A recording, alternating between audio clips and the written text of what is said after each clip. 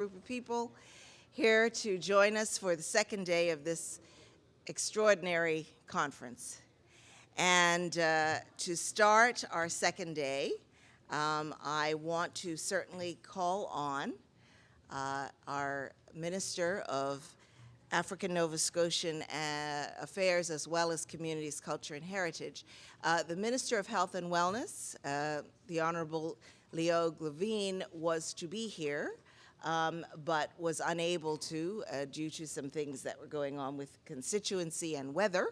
And we are delighted that our Minister of African Nova Scotian Affairs so graciously has agreed to step in on his behalf and bring remarks from the minister, who I know, the Minister of Health and Wellness, wants to send a message of support to us and to the conference. So good morning to you. We are a few minutes late, so I want to move things along as quickly as possible. And with no further ado, here is Minister Ince.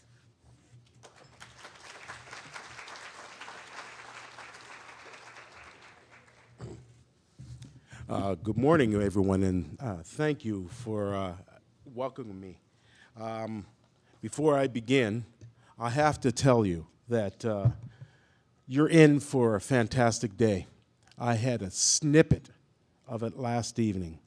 I arrived last evening to bring some remarks, and this dynamo, this fantastic lady, took my time away. I lost track of time. I stayed for the remainder of the evening because the conversation and what was being shared with us, I felt was very important, and I felt that I had to stay to hear it. Not only, it was just the way she presented it was so captivating, so I needed to say that. As was mentioned, Minister Leo Levine can't make it today, so I'm here for a brief moment to bring some remarks and share his wishes with you.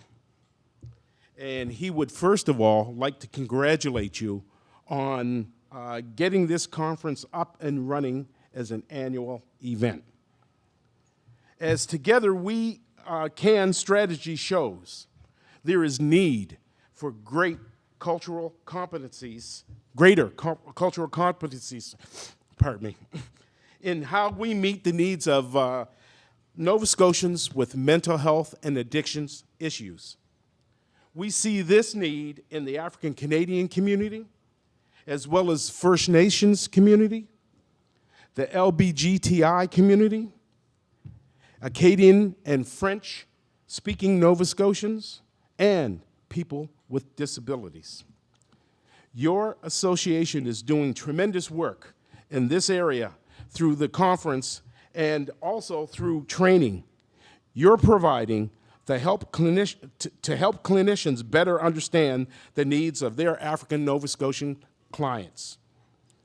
The learning modules you've developed help clinicians create a welcoming environment and provide services in a more culturally aware manner. The work will have lasting and positive impacts on the community, so thank you for that.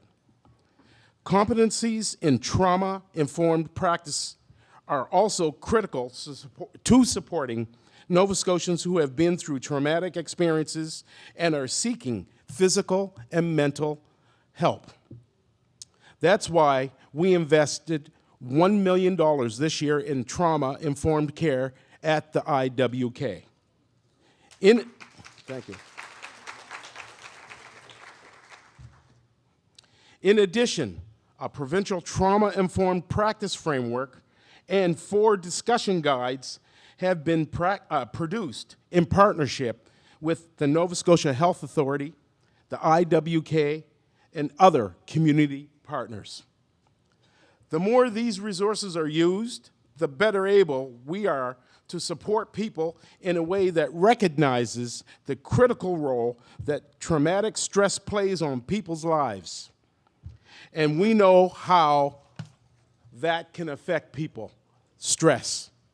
We see it on a daily basis, or actually, I would say more to the fact, you see it more on a daily basis than I may have seen it. I often don't even see it in myself. So. I'm sure you are all looking forward to Dr. DeGruy's presentation on this subject, and I can't thank her enough for sharing her insight with us on this. I know you are all going to have a productive day today. And again, thank you to everyone for the important work you are doing. I know some of you are directly involved in helping develop Together We Can, and everyone here today is helping to implement that plan in one way or another.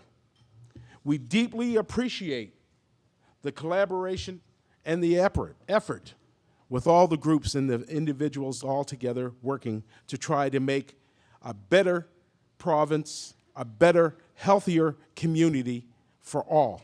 Thank you so much, and I appreciate it. Have a great day.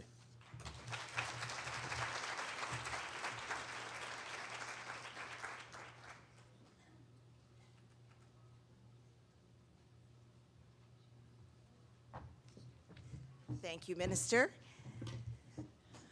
Well, here we are again on the second day, and if you were here last evening, you know that you are in for a transformative experience. My co-chair, Donna Smith. Donna, stand up and say hello to the people.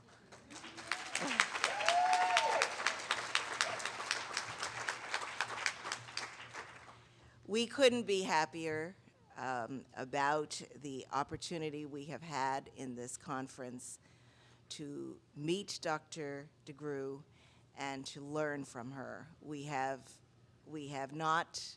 We've woken up different people this morning, I think, as a result of what we heard last night. And so I want to say to you that this is going to be a change. I don't want to quote Dr. Phil, but this is a changing day in your life. Okay, let me tell you about Dr. DeGruy. Dr. Joy DeGruy is a nationally and internationally renowned researcher, educator, author, and presenter. She is an ambassador for healing and a voice for those who've struggled in search of the past and continue to struggle through the present.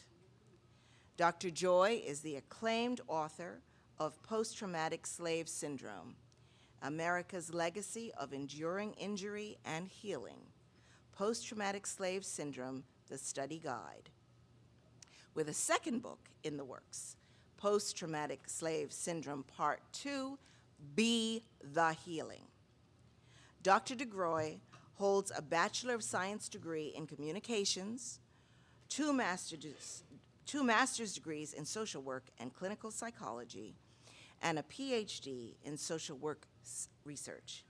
With over 20 years of practical experience as a professional in the field of social work, she gives a practical insight into various cultural and ethnic groups that form the basis of contemporary American society. She is also an accessible, warm, and loving human being, and we are so honored that she is with us today. Please welcome Dr. DeGruy.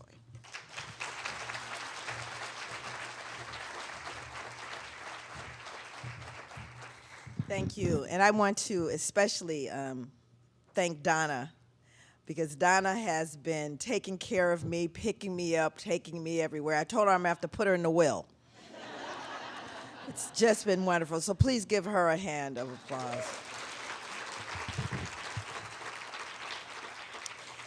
Okay, we're gonna start this session. For those of you that are new to the session or new to my work, this is a 10-week graduate level course that I've compressed. So I'm giving you bits and pieces through the last couple of days of what I teach my graduate MSW students. So I start every one of my classes, not only the work that I do in university, but the work that I do in the community. So I do this work with families. I do it with adjudicated youth. I do it with staff members of private nonprofit organizations. So it's one of those things that we can't expect that we can do on our own. It's a collective. Post-traumatic, the actual issue itself, cannot be resolved in a room with clinical treatment. It has to be resolved also with social justice. It can't work without social justice, without the change that needs to happen in nearly every institution. So about 5 tables, normally everyone does this, but there are too many of you.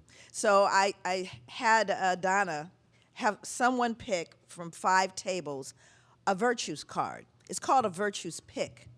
And what I would like those of you that have the card, I'd like you to stand, and here's what I want you to do. I want you to read the card, read the virtue on the front of the card, tell me your name, and then tell me how this card speaks to you today. There are 5 tables. Okay? I think someone in the back there? Okay.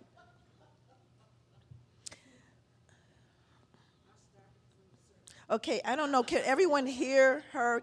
Do we have a mic that could be used? You can? Or you can come up, whichever works.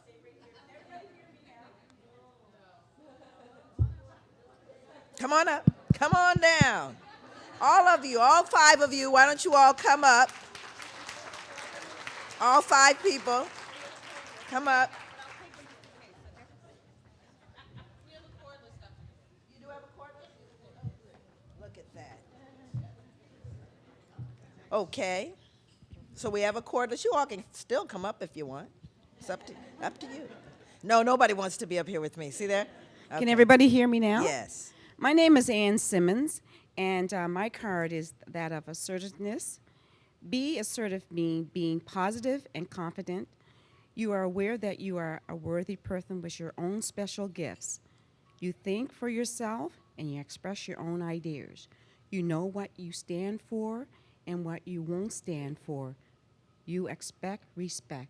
That is me. It's on my door at my office. On the back, it asks, you are practicing assertiveness. Share your own ideas and feelings. Tactfully tell others what you really think. Don't allow others to lead you into trouble. Avoid being aggressive or passive. Ask for what you want and need. Expect respect at all times. I'm assertive. I freely express my own ideas. I think for myself, amen, and do what I feel is right. I'm my own leader. Praise the Lord. That's me. Thank you.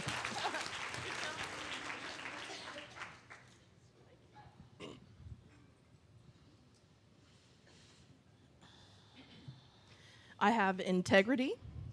Integrity is living by your highest values. It is being honest and sincere.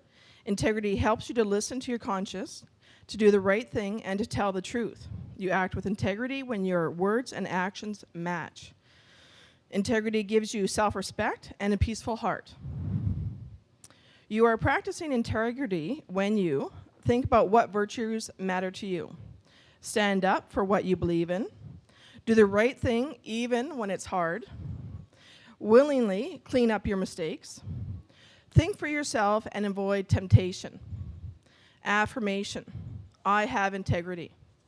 I stand up for what is right. I mean what I say, and I say what I mean. I am my own leader. Thank you. Thank you. Thank you. Your name? Sorry, my name is Dion, and I'm a nurse, and I work at Waterville at the youth center. Thank you. Thanks. My name is Ginger Canning, and I work at Corrections Canada. My card is loyalty. Loyalty is staying true to someone. It is standing up for something you believe in without wavering.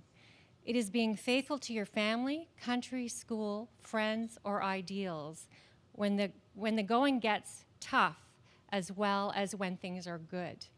With loyalty, you build relationships that last forever. You practice loyalty when you stand up for people and ideas you believe in. Choose your friends wisely.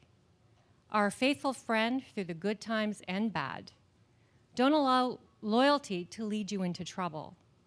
Don't let others come between you and your friends. Are loyal to yourself. The affirmation says, I am loyal to the people and ideas I care about. I stand by my friends and loved ones. I keep my commitments. And so when I read this card, I think about social justice. And last night we talked a lot about white privilege. And as a white woman, I'm more apt to hear racist comments or jokes. And that's not okay. And as someone who I believe myself to be an ally, I will stand up and I will be loyal. Thank you.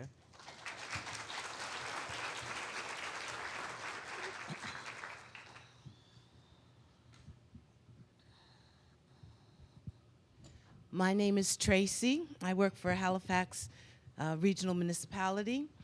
And my card is courage. Courage is bravery in the face of fear. You do the right thing even when it's hard or scary. When you are courageous, you don't give up. You try new things. You admit mistakes. Courage is the strength in your heart. You're practicing courage when you stay strong even when you're afraid, when you're willing to try new things, when you admit mistakes and learn from them, when you make amends when you do something wrong, do what is right for you even when it's hard, and ask for help when you need it. The affirmation reads, I have courage. I listen to my heart. I face my fears and am willing to try new things. I have the courage to do the right thing. And I think that just speaks to me. Thank you. Is that the last one? Is there one more? I had the courage to stand up.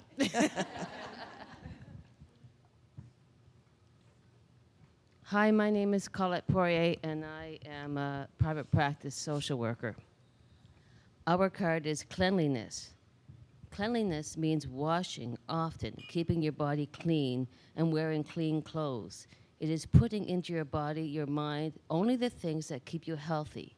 It is staying free from harmful drugs. It is cleaning up mistakes and making a fresh start.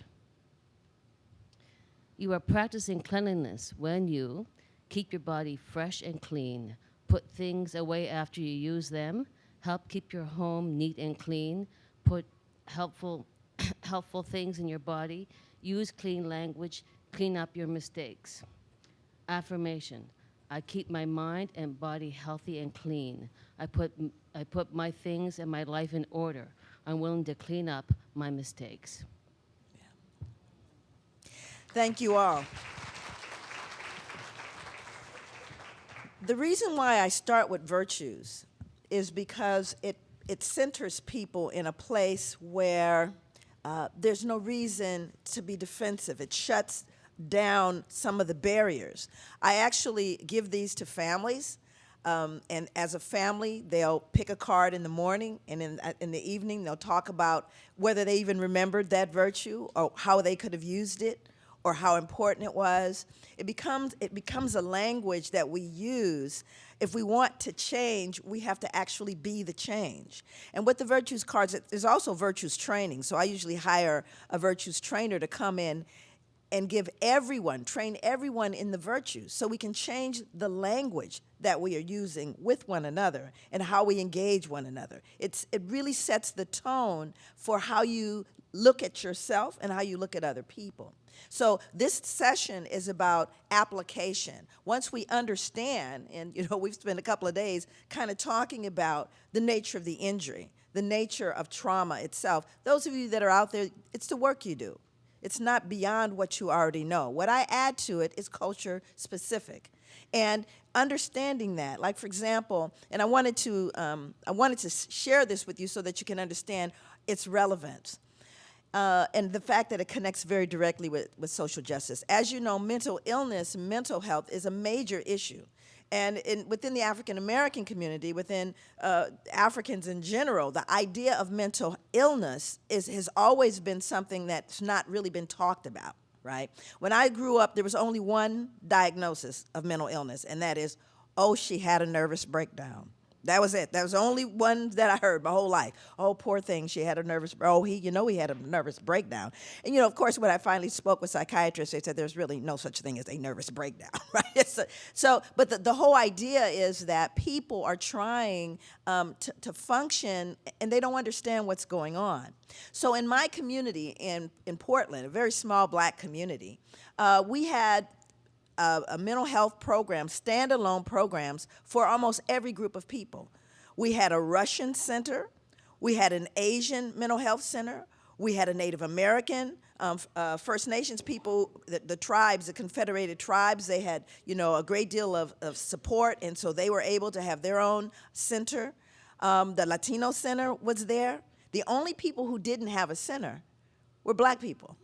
And they were being served by an HMO, this organization, and basically the money comes down from the feds and it gets distributed.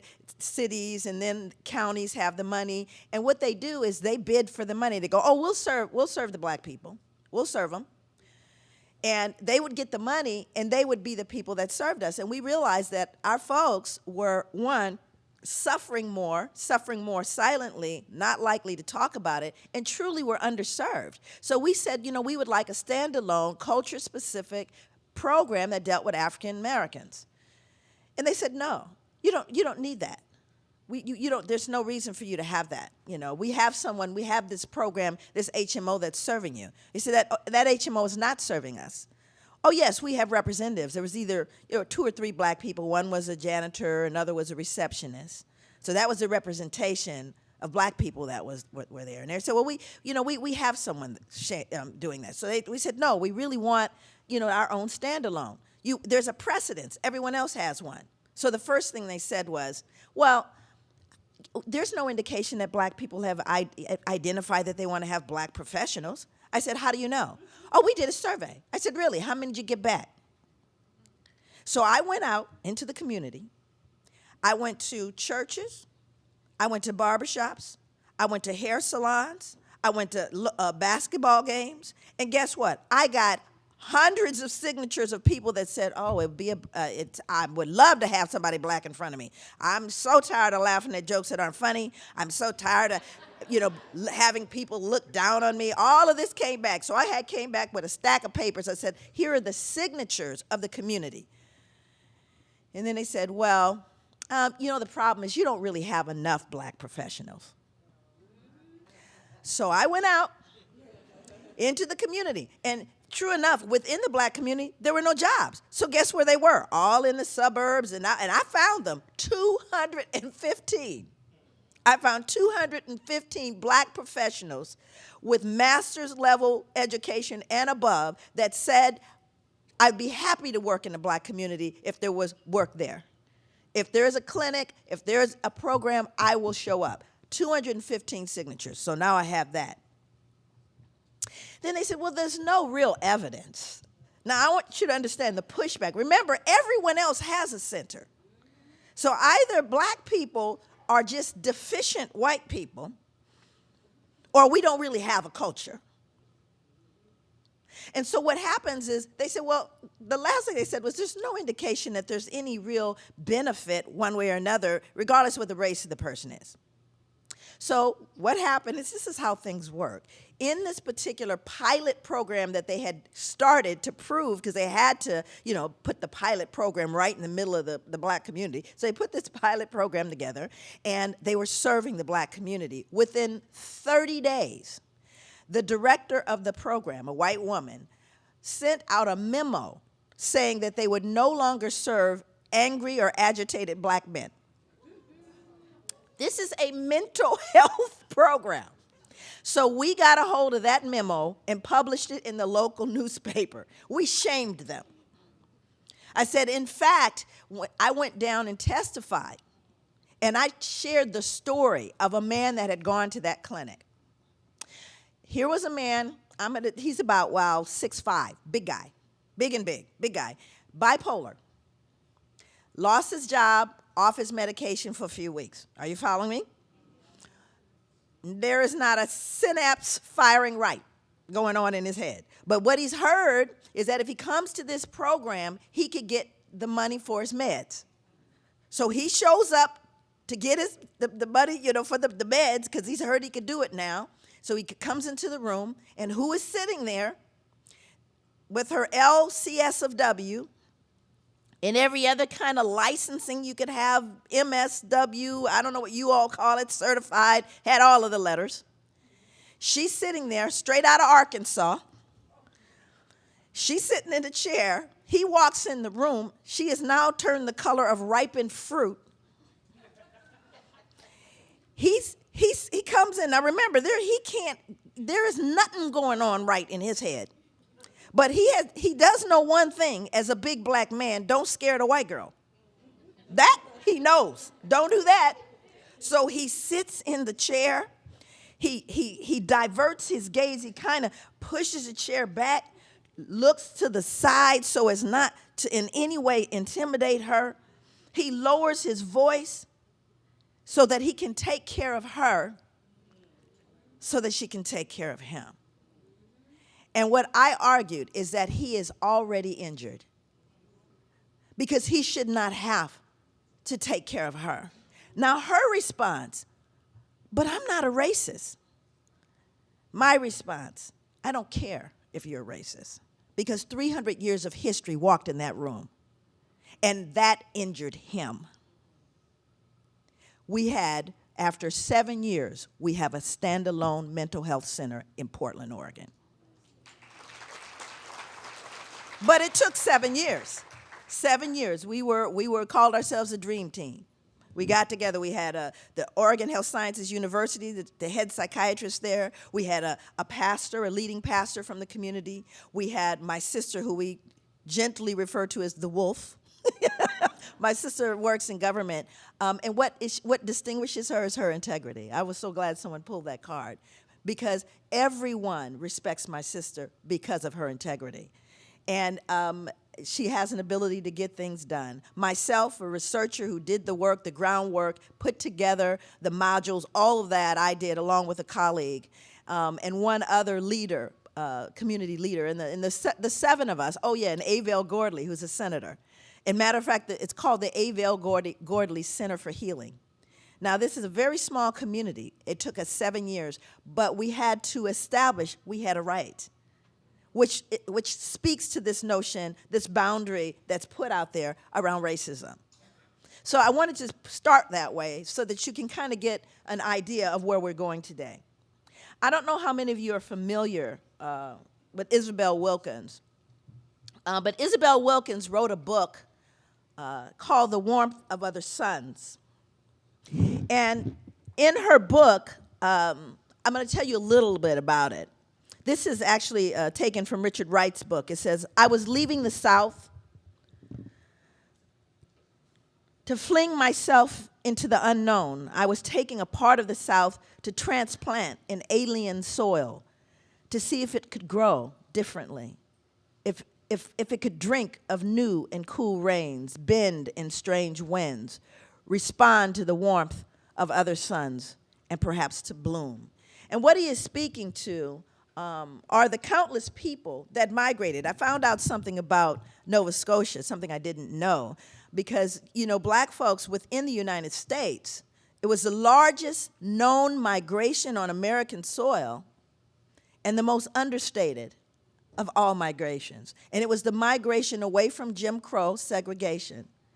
Families would leave and not even know, how or where they were going to end up. There was something called the Green Book. How many people are familiar with the Green Book? The Green Book was developed so that people, because of segregation and because of racism, when people would travel, we weren't allowed to be in hotels. So the Green Book would tell you where the safe places were on the road where you could go. Isabel took 15 years to write down the stories of thousands of people who were part of that migration.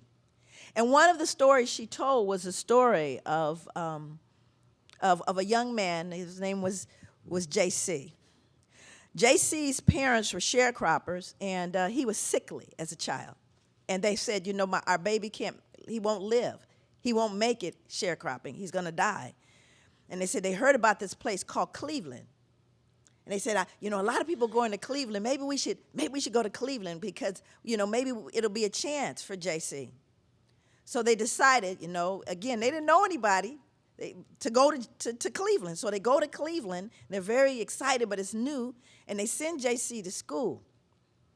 And JC comes home and he goes, they call me Jesse, because they couldn't understand his accent. He said, every time I go to school, I tell them my name is JC, and they call me Jesse. And they said, well, I guess they rename your children when you get to Cleveland.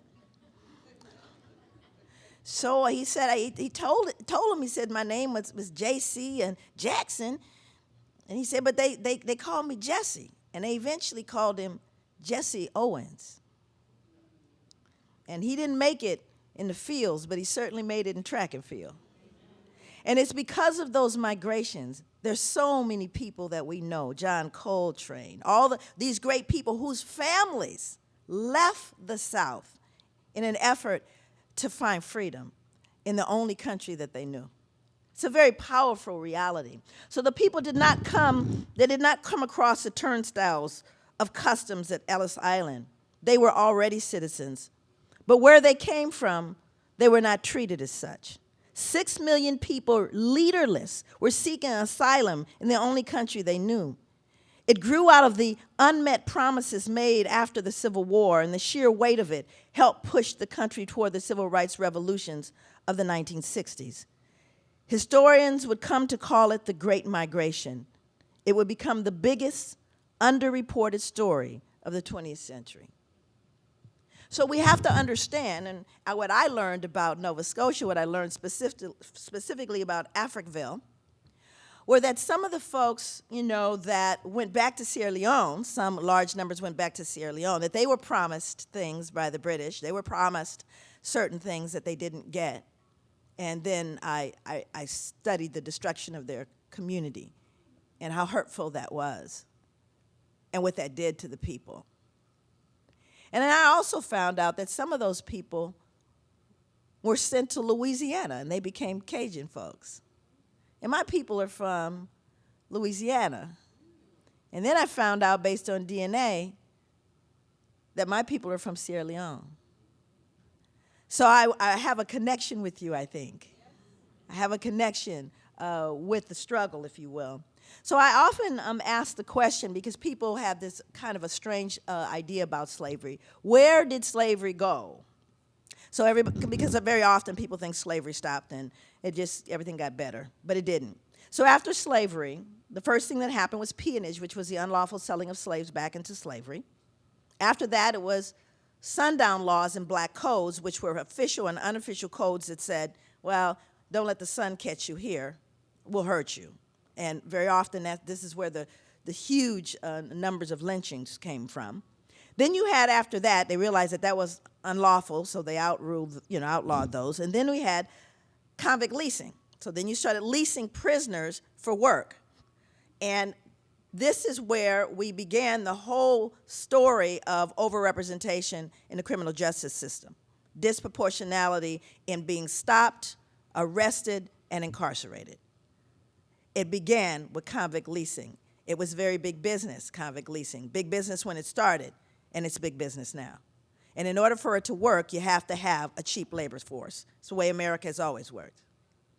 So then after that, we had Jim Crow segregation, separate but equal, separate but never equal. Then we had civil rights, and presently what we have is something called serial forced displacement, but I'll get to that. If you're interested, how many of you are familiar with NPR? Okay, so NPR in the United States, you have comparable. This gentleman who's on your screen, Richard Rothstein, this man did some work that was absolutely phenomenal.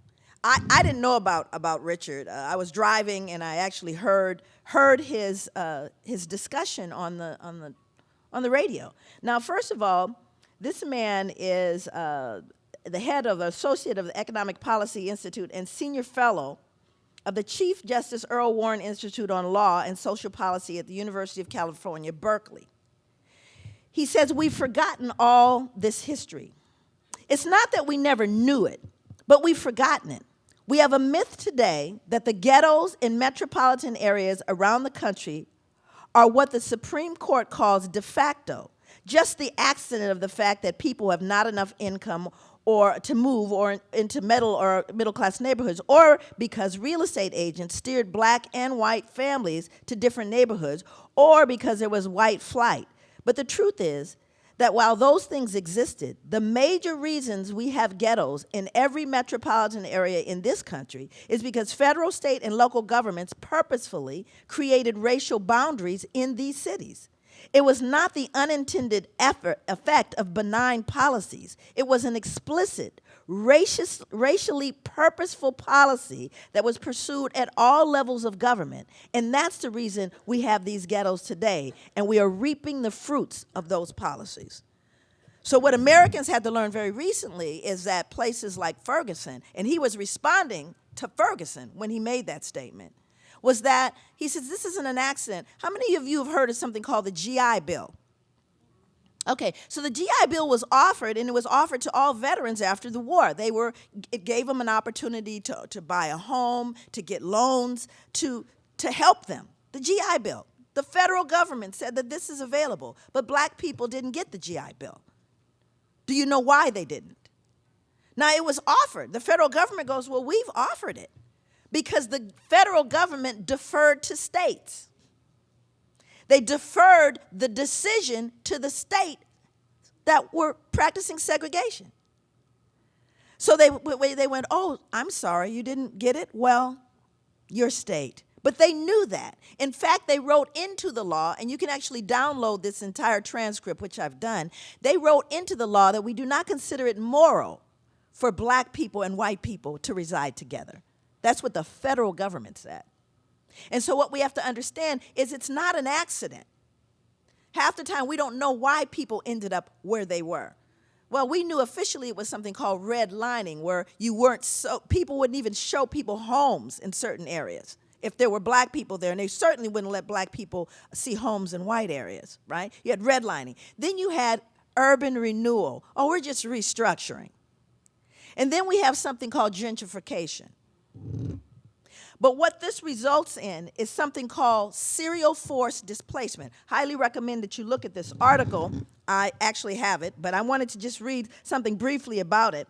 Serial forced displacement has been defined as a repetitive, coercive upheaval of groups. Africville. Serial forced displacement in American cities is due to federal, state, and local government policies. Serial forced displacement sets up a dynamic process that includes an increase in personal and structural violence, an inability to react in a timely fashion to patterns of threat or opportunity, and a cycle of fragmentation as a result of the first two. The research is in. When you consistently displace people, whatever name you give it, the result is interpersonal and structural violence. So when we start and we look at the issues of violence, when we start looking at the issues of deterioration within communities, we blame the people. They go, why can't they get it together? All of the times, we never look at the broader issue, and that's social justice. That's sustainability. That's economic growth. That's leadership and power. That's what needs to happen for people to feel a level of stability. They have studies now that say that you can determine whether a child is going to be able to go to college if their families own their home. That there's a relationship between home ownership and going to school, because stability is the number one thing. I'm talking to social workers here. But what we'll do is we'll go out, we'll say, well, maybe we'll just do an after-school program. Give them some trinkets, buy some sweatshirts, and that should fix it. No, it's not going to fix it if the broader implication is the social dynamic under which they are functioning. So my work, just to kind of give you an idea of the research, my research looked at violence, essentially. Post-traumatic slave syndrome has three components: vacant esteem, anger and violence, and racist socialization. This was the research that I did and that I published. And you can actually go online on my website, joydegruy.com, and download my research. But what I was essentially looking at, and I want to explain what those three things are for you so that you understand what I'm talking about. Vacant esteem. Now, what is that? Vacant esteem is a couple of notches below low self-esteem. I'm not talking about the kid that feels bad because his brother can do more chin-ups. I'm talking about a loss or a loss of a sense of self, a sense of who you are and what you are, your intrinsic value as a human being. And I'm going to give you a demonstration of it so you'll understand what I'm talking about. Because again, I am not who I think I am, and I am not who you think I am. I am who I think you think that I am. We arrive at our self-concept based on the appraisal of significant people in our environment. So let me give you a picture of what that was. I mentioned in one of the sessions that I had when I went to South Africa, when I went to Africa the first time, that I was really taken aback by the level of embrace that I received when I was in South Africa. I was amazed at the kinds of engagement that I had, and I mentioned that I was quite emotional during those times, and I would cry a lot and all that. But what was so amazing to me is that Africans, when they would meet me, no matter which country I was in whatever language they spoke, the response was always, "I see you." That's what it translated in. We'll go, "Hey, how you doing? What's up?" They say, "I see you." And that is what almost every person of African descent does when we see each other and do this.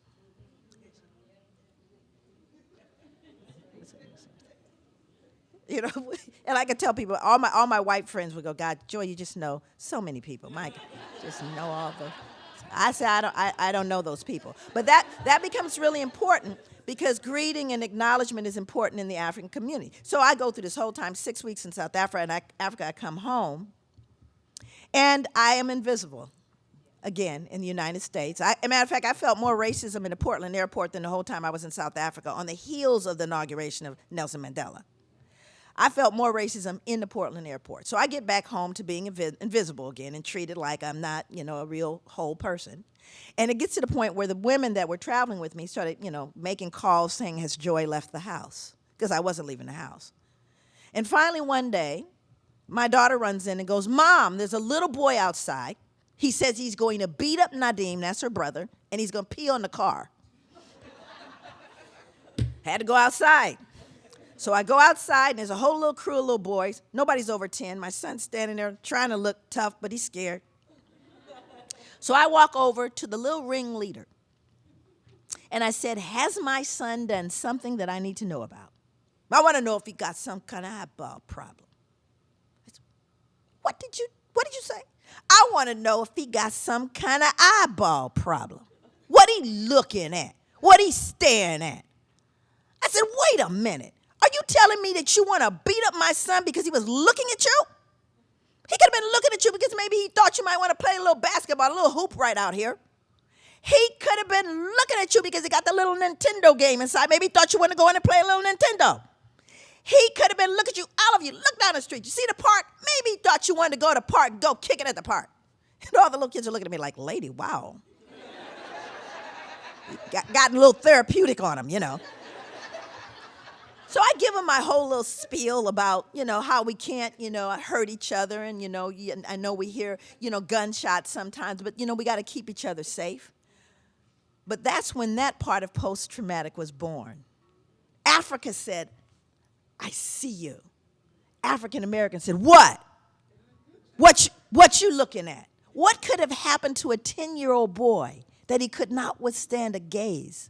What did the gaze mean? Because you see, he didn't feel that about white boys. Because it wasn't the white boys that engendered that anger in him. It was a black boy that reflected back to him himself. And he hated what he saw in the mirror. But it's one of those things that I said, this is a child 10. What's going on inside of him that he so hates the reflection of himself? Vacant esteem. Anger and violence. Of course, when I wanted to do my research, this is the absolute truth, and I approached my dissertation committee, I said, I want to look at vacant esteem. My committee made up of mainly older white people said, oh, that's not a social problem. A social problem is only a social problem if significant numbers of people believe it to be a social problem, or significant people believe it's a social problem, and it doesn't meet that criteria. But we would like you to look at violence, because that concerns us. But it really wasn't the thing I wanted to look at. The third area is racist socialization. Racist socialization, sometimes called internalized racism, and this is a kind of racism that is reflected in a group of people who have been injured, who have had a legacy of being told that you're not quite good enough. In fact, it is that kind of experience that produced people like, how many people saw Django, the movie Django? You remember Stephen? Stephen was Samuel L. Jackson's character. It produces people like Stephen. It produces people that dislike themselves and people that look like them more than anyone else, right? Racist socialization is a kind of socialization that says there's something inherently wrong with my hair. I've actually had people say to me, oh, Joy, I see you've gone natural. Gone natural. I've gone natural. It's amazing. That was really, kind of bold for you to go natural. And that essentially means that I actually wear my hair the way it grows out of my head. Because we've been taught there's something intrinsically wrong with that. So somehow if you do wear your hair the way it grows out of your head, you're making a statement. You are making a statement. And it's really interesting for those of you that, before I had my hair is locks right now, but before I locked my hair, I used to braid my hair, right? And in between braids, black women know this, in between the braids, when you wash hair, take the braids out, you wash your hair, you sometimes will put a hot little, just press it so you can pull it back, straighten your hair, just for the day between the braiding. That's what's happening, you can pull it back, So because I had to go to work, I said, okay, I know I can get my hair braided tomorrow. So I go to work the day that my hair had been straightened. And all the white people on the faculty were like, now that's professional.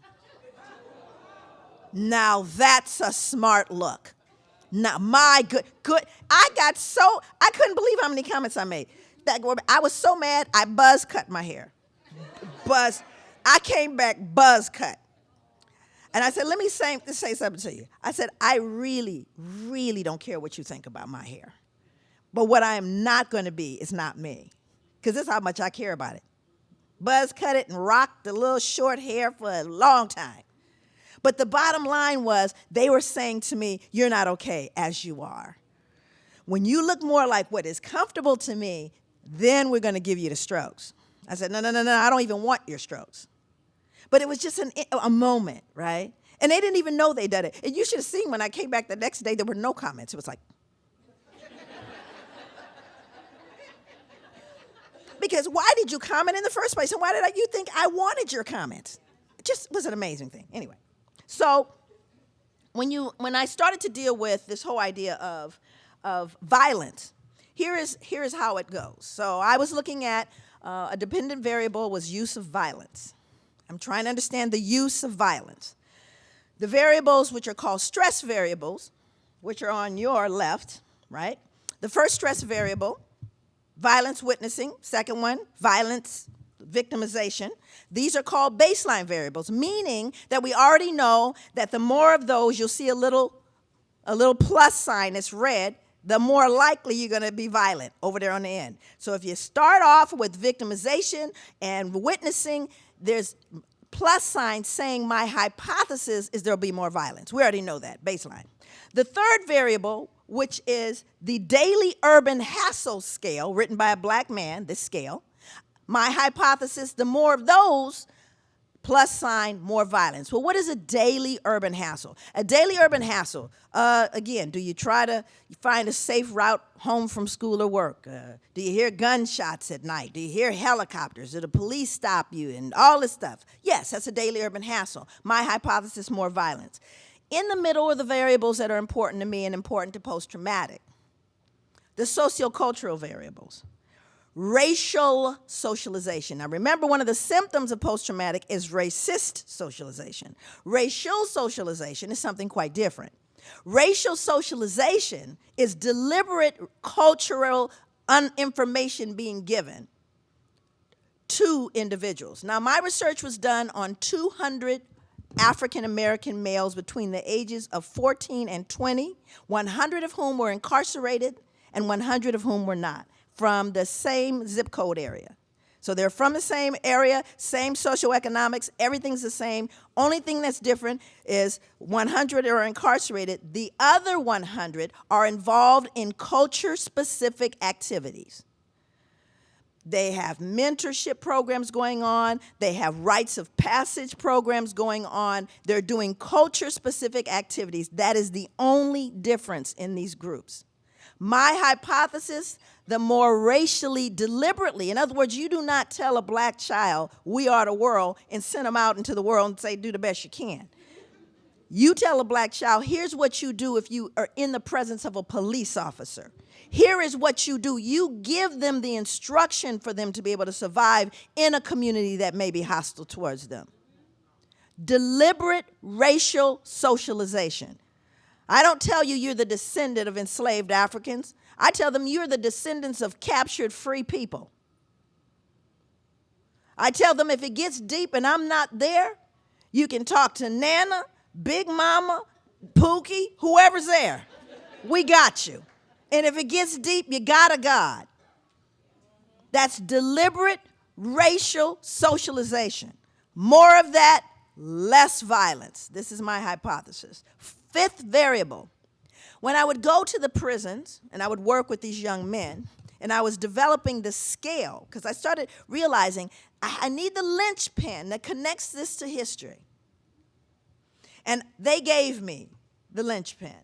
Because everywhere I'd go, all 200 of them, I go, well, you know, I started talking to them about things going on in the community so I can kind of develop what I would consider the pilot questions. Did you say 10 minutes? Have you raised up a sign that says 10 minutes? She has raised up. Don't hate her. 10 minutes? Shoot me. Okay. All right. So I ended up writing something called the respect scale. I can't believe that. Okay, so the respect scale, and the respect scale basically, because they would say, you know, stuff like, you dissing me. You can't be dissing folks. He dissed him. That's why he did that, dissed him. So I started to understand that disrespect was connected to the use of violence.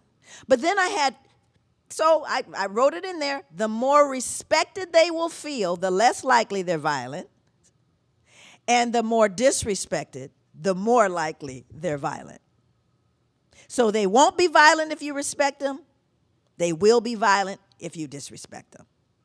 So what ended up happening, I did a linear regression analysis, and I had only 2 qualitative questions, only 2 open-ended questions. One question was, if you or your friends have ever been disrespected, why do you think it happened? And the second question, why do you think someone like yourself might be disrespected? All 200 answered. And the majority of those answers were that I am black living in a white man's America. It is because of slavery. It is because of how we've been treated. It's because they won't give us a chance. It's because they're afraid of us. It's because they went on and on and on. And in essence, they were saying, it's because I'm black. Well, how long will they be black? And how long do they perceive, real or imagined, that they will be disrespected? All of my hypotheses were correct. All of them were statistically significant. So now I understand that it is contraindicated to treat young black males the way they do even when they're incarcerated. You actually produce more violence when you disrespect them. Because that disrespect goes all the way back to slavery and the marginalization of black men. This we know. So it was something that I knew I had to move from. So one of the things that have happened to black people, something that Harriet Washington calls iatrophobia. It's a fear of the healer. Now, you'd have to read Harriet's book to understand why it is that so many black people are reticent, one, about mental health, two, about being part of any kind of medical regime, any kind of medicines and and tests being done. And part of that has to do with a profound amount of wrongs committed against black people from the medical field. If you were here last night, you would understand what I'm talking about. It's in the book. But the bottom line is the Tuskegee syphilis experiment was only the tip of the iceberg. And what Harriet Washington in her book, Medical Apartheid, uncovers is nothing short of horrific. What has happened is it's produced a level of fear in black people. Fear. I also talk about that in my book. I don't have time to unpack that. Don't have time to unpack that. Love this statement from James Baldwin, for these are all our children we will profit by or pay for whatever they become. And that is so true. As a society, we have to be concerned. So it starts with, building children's brains. It starts within in utero. What we know is that black people have excessive levels of cortisol, the stress hormone cortisol. Highly recommend that you look at, buy, purchase the film Unnatural Causes. Really, really puts a face to this. This was a documentary done by scientists from all over the world, physicians from all over the world, and they talk about the impact of stress on the body and that it is disproportionate in black people. Then they go so far as to talk about the impact of racism itself on the body. And, of course, class, all of those things. Again, can't unpack that for you. I want to talk momentarily about Piaget's model. How many of you are familiar with Piaget? All of us were, conservationist. That's, very, very well known for his work. But I want to look at, and I've bolded it in red, the areas that I think become very critical when working with African-American children or children of African descent. And that is concrete operations, which occurs between the ages of 7 and 11. I want to speak to that because this is very often with black children when things go awry. I want to point out what is going on during concrete operations. Learning through concepts and relationships and logical inferences. During this stage of development, children begin to understand social inferences, the act of making assumptions about what another person is feeling, thinking, and intending. Social relationships, understanding fairness, loyalty, respect for authority, and concepts of legality and justice. Social regulations, understanding social rules and conventions. So this becomes very critical, but when you're in an environment where that fairness isn't happening, when you are not seeing that justice, when there is trauma as it relates to this particular part of development, you're going to see some stuff showing up later on in the development based on Erickson's model. And what we understand about that, if you're looking at the same age group, you're looking at favorable and unfavorable outcomes. Let's just look at, because all of us are on there. Every one of us is in a developmental phase. But let's take a look at this very quickly. We know that the unfavorable outcomes, and I want you to think about what you're looking at black children, youth, and adults. The unfavorable outcomes from birth to death. And when you look at those, you begin to see the behavior show up. And when you see the behavior show up, you can go back to Piaget and figure out where it went awry. I show this and share this with parents, the ones who ought to get it, by the way, not the MSW students. Parents need to know and understand what the natural, normal, healthy developmental stage is. I had parents of adjudicated youth. I showed them the scale. I gave them Erickson's scale. I said, tell me what happened to your children. Tell me when it went awry for them. Every single one of the parents looked at that sheet and said, this is what happened to me. They didn't even think about their children. It was the first time in their lives they realized what had happened to them. I cannot give you something I never received. So very often you're looking at grown-up people in age, but developmentally they are not. Okay. Talked about epigenetic inheritance. I got to move very quickly. Epigenetics, just to help anyone understand, this stuff gets packed in the DNA. We now know it. It's not a myth. It gets packed in the DNA, especially trauma and anxiety. So then you have to take that information and understand what folks are dealing with, who are not only have experienced trauma, they have experienced it generationally. And no, it's not ADD and ADHD. It's stress and it's trauma. And we try to medicate it instead of dealing with what has precipitated it and to stop it from happening. That's the bigger social context. So let me move to, I'm going to move directly to theory since I only have 10 minutes. Because what I developed, I don't even have that. I know I don't have that anymore. Okay, so very quickly, I'm going to do this very quick. I promise I'm going to do it very quickly. So what I've developed is a multidisciplinary model. I'm going to try really hard to do this very quickly. I don't know how to do it. Okay, so how many of you are familiar with evidence-based practice? Oh, yes, that's a new buzzword. Okay, so evidence-based practice is based upon, what undergirds it is the theory of triadic influence. The theory of triadic influence is what is the foundation for multisystemic treatment. Multisystemic treatment and therapy, that theory basically is effective. Everyone knows you can now write the Center for Multisystemic Treatment, and they will tell you, because I wrote them, I was very excited, because it works. It actually works. It's one of the most effective treatments in existence. So I wrote them, and I said, great, I'm working with this program with adjudicated youth. I have to write their motto. I'd really love for you to come out. They said, sure. It'll be anywhere from 2 to 3.5 million. I said, million? Did you say million? I said, well, I can't afford that.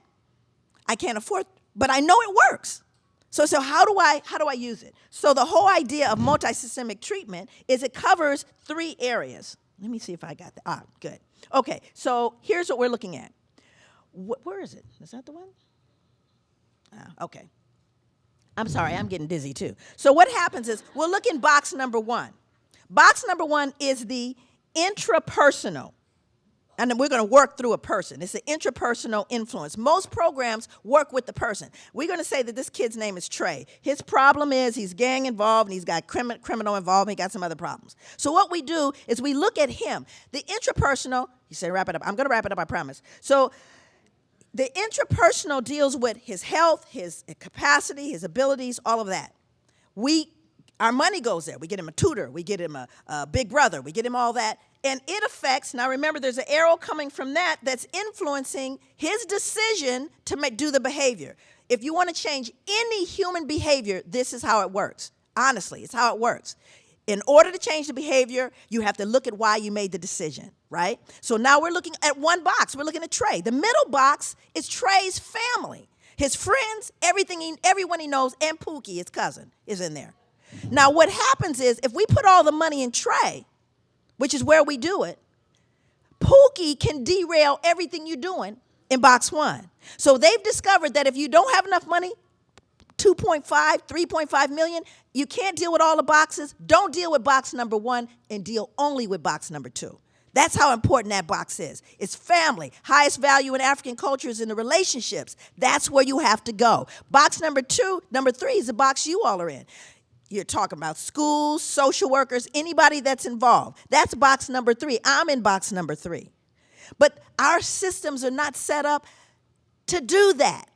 So what do I do? Because my highest relation is in relationship 2. I call Pookie. I say, Pookie, I'm trying to save Trey's life. Yeah, what's up?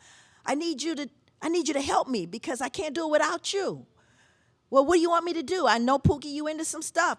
Do you? I said, but don't let Trey do it. Because he's going to end up in jail or dead. Can you help me, Pookie? Yes. Then I call his teacher. I say, before you give him the referral, if he doesn't come to school, call one of us 3 people. One of them's Pookie. So what I do is I influence the influencers, and exponentially the success goes up. Exponentially. But you know, there's another word for this. It's called village. Because I used to have one. Lived in a poor community, but bad news will beat you home. Because everybody in the community could get with you. I didn't have to worry about it. And and contrary to popular opinion, black communities aren't black. Everybody lives in our community. But our communities, just like Africville, poor, struggling, but strong communities. And what the Center for Multisystemic Treatment has done is they figured out what already worked after it had been destroyed and said, but I'll give it back to you for $3.5 million. The highest value is in the relationship. The highest value is in the relationship. Again, I think it was said best in The Color Purple. Suge and Celie are walking through a field of purple.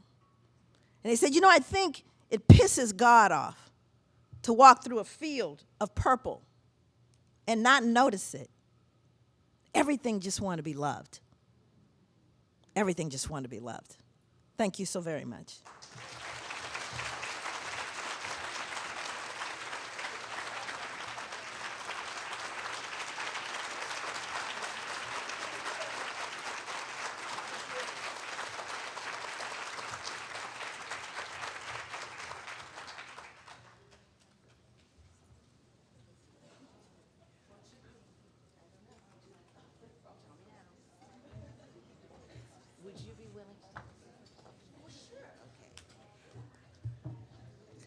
So before we go to break, we certainly, first of all, want to say to Dr. DeGruy that our relationship with you is our highest value. All right? Yes. Words do no justice in our appreciation for what you have done for us over these 2 days. And you say you are connected to us. Let us assure you, you will always be connected to us, to each of us here today. So, your words will be with us forever. They'll be here, and we thank you so very much. Thank you.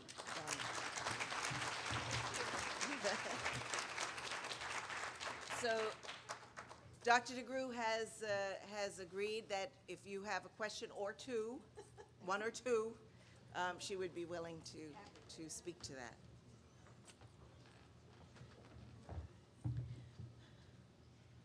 Don't be shy. Any questions? Questions, comments? All right. Everyone. Oh, okay. Dr. Joyce, some people didn't get an opportunity to hear the definition of what post-traumatic slave syndrome is. I think it's crucial for folks who were not here on Wednesday night or last evening to at least understand the concept of what that is in terms of the information that you presented this evening. That's always the problem, is that every audience has people who have no clue, and I have to always start all over. And it's a 10-week course. So post-traumatic slave syndrome is basically the research I did on multi-generational trauma and people of African descent. An example of that, what's hard for people is when they hear slavery, they go, how can possibly slavery have anything to do with what's going on today? And my response is, how could it not? But the bottom line is that what we know, all of you have been trained around trauma, is we know that individuals having experienced a single trauma, we in this room, if someone was shot in this room, the person shot would be traumatized, the person sitting next to them would be traumatized, you in the room who heard the shot, people in a hall that heard the shot, people in another state who were related, all of those folks could be traumatized by a single traumatic event. American chattel slavery was 339 years of trauma. And believe me, it was trauma. I unpacked it. It was trauma. Very, very few people like Stephen, right? But the bottom line is that trauma gets transmitted. Social learning theory, Bandura, right? So if I am broken and I am mom and I'm exhibiting exaggerated startle response, outbursts of anger, difficulty falling or staying asleep, feeling of foreshortened future, post-traumatic stress disorder, which clearly some folks had, that's what I'm demonstrating. No one got help for that, correct? For 339 years of being traumatized, beat, raped, sold, branded, mutilated, bred, all of the things that was done For 300 years, some folks had post-traumatic stress disorder, severe depression, all manner of other problems. Did they get any help? They lived right in the community with everyone else. And guess what the children learned? Broken behavior. They didn't learn just broken behavior, but there was significant amounts of it, and that's what we now call cultural. And so what I say to people is there's poison in the cookies. There are behaviors that we exhibit that we've learned that we've never stopped doing. Because it's the residual impact of multi-generational. Then after the trauma, the initial trauma was over, slavery was over, didn't get any help then. 339 years of trauma, no help, freed, no help. Did the trauma continue? Remember I showed you what happened after slavery? The lynchings occurred after slavery, not during. All of those things happened after. So now you have 339 years of trauma, no help, freed, no help, more trauma. It's never stopped. No one's ever stopped to think about what happens to every black child when they see a body in the street. And it's all over the news. The doctors outside of the borders, nobody, Dr. Phil, nobody's coming in to talk to those children or those families ever in this country. And so when we look at it, we start looking at what has happened cumulatively with new trauma. So post-traumatic slave syndrome teases out the past behaviors and say there's certain things we need to stop doing. But you can't fix what you don't know. You don't know it's broken. It's just what Big Mama did. But we didn't know Big Mama was broken. Do you understand what I'm saying? This is not difficult to figure out. And then I'm dealing with a system that continues to hurt me. So you're saying, you're breaking my leg and you're complaining that I'm limping. Somewhere in here we got to heal, somewhere. And we got to heal in spite of the fact that you're still breaking my leg. In spite of it. That's what I teach. That's what my work's about. It's about, in spite of it, we still got to grow. Because I have to tell you, and I'll end here, promise you. I'll end. My son, give you a perfect example, working example of it. My oldest son, has ataxic cerebral palsy. My younger son, they were meeting downtown Portland. My older son, who has CP, had dropped his license, his ID, and he was giving it to his brother. He was meeting his brother to give him the ID. So what happened was they met downtown. My younger son, who at the time was 19, stepped off the curb. He stepped off the curb, and it wasn't in the crosswalk, about maybe 24 inches from where the actual walk was. A police car turned the corner. My son stepped back on the curb. He never even put the other foot out. The police got out of the car. Meanwhile, my other son is standing on the other side of the street because he's waiting for him. The police say, improper use of a crosswalk. And he said, but I didn't go into the crosswalk. Another car turns the corner. Now there are two police cars. While they're talking to him, a white couple, crossed the street in the middle of the street with a stroller. And the police officer stops, says, please don't cross there. There's a crosswalk. And they said, oh, we're sorry. And they continue across. Meanwhile, remember the infraction. My son stepped off the curb and back on. So now a third police car has shown up. So my son, and all the attention is now drawn, the bad black boy has done something. And so my son starts speaking very loud. I've not done anything wrong. There's no reason for you. I did not. You need to lower your voice. My son's not lowering his voice because he wants people to be looking at what's going on.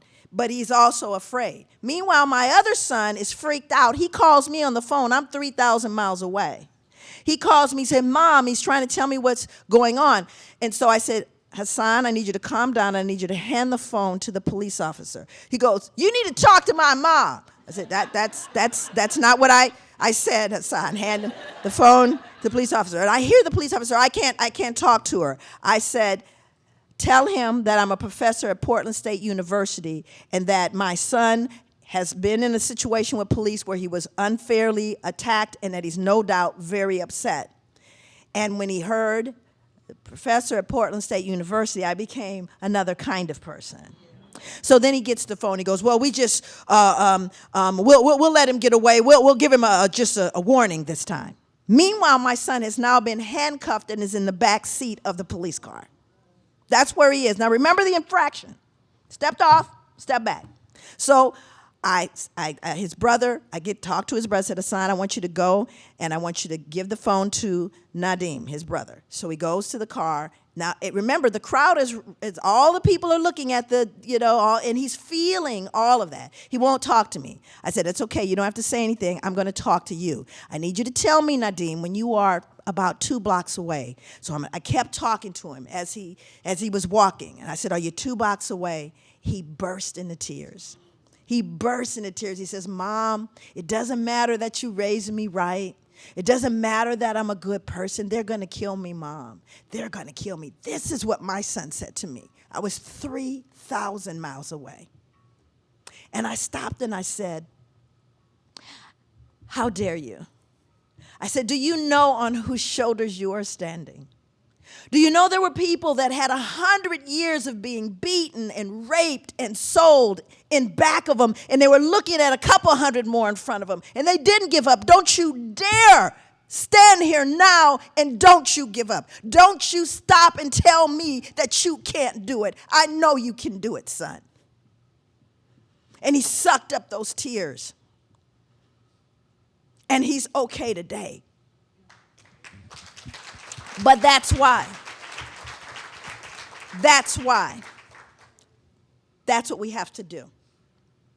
Thank you.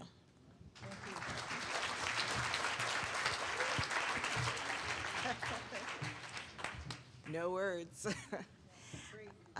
Thank you. Thank you. We're going to go to break now, and